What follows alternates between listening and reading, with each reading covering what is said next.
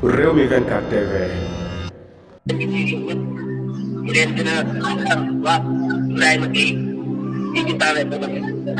maa ngi leen di sant yéen Sénégalais yëpp suuf si yéen ndaw ñi seen taxawaay ak seen engagement ci ginnaaw président Ousmane Sonko ñu ngi koy rafetlu bu baax a baax a baax di leen xamal ne yaakaar Sénégal yaakaar Afrique ñu ngi leen di sant bu baax a baax a baax di leen gërëm di wax ne incha allah taala maanaam lii ngeen xam ne muy nekk ak seen réew ak seen réew ak li ngeen seen dëkk ñu leen ci sant bu baax boo kenn dem ginnaaw mu ci jàpp Ousmane Sonko lépp lu mu am defal ko Sénégal lépp lu mu am pour askanu Sénégal la yaakaar ci Sénégal yaakaaru Afrique yaakaaroon ndaw ñi kon nag seen taxawaay maa ngi koy defal bu baax moom waa Tawfekh bii Tawfekh daal ngeen def ñu ngi seen ginnaaw ñu leen jàppale incha allah taala ngeen xamal ne ñu am na tam téeméeri at incha allah taala li ñu xeex ñu ak ay ak Sénégal dëkk bi jaar ci yoon dëkk bi jaar ci yoon loolu la ñuy xeex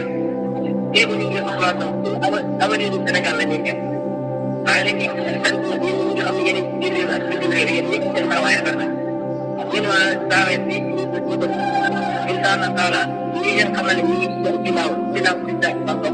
bu leen ko jëlaat lépp bu mu taxaw taxaw tànkam ndax Sénégal dañ rek tànk ñu pass ak Sénégal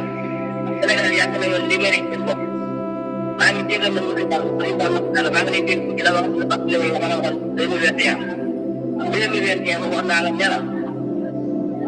am réew kenn ko caaxaan am réew kenn ko caaxaan Sénégal yi ñu dénk da ko teg ci maanaam ak loolu rek war a mën a may jàmm moo mën a may jàmm Sénégal yi maa ngi lay xamal ni la dénk na Ousmane Sonko la ma la waxoon rek Ousmane Sonko ay caaxaan jaay may dara ko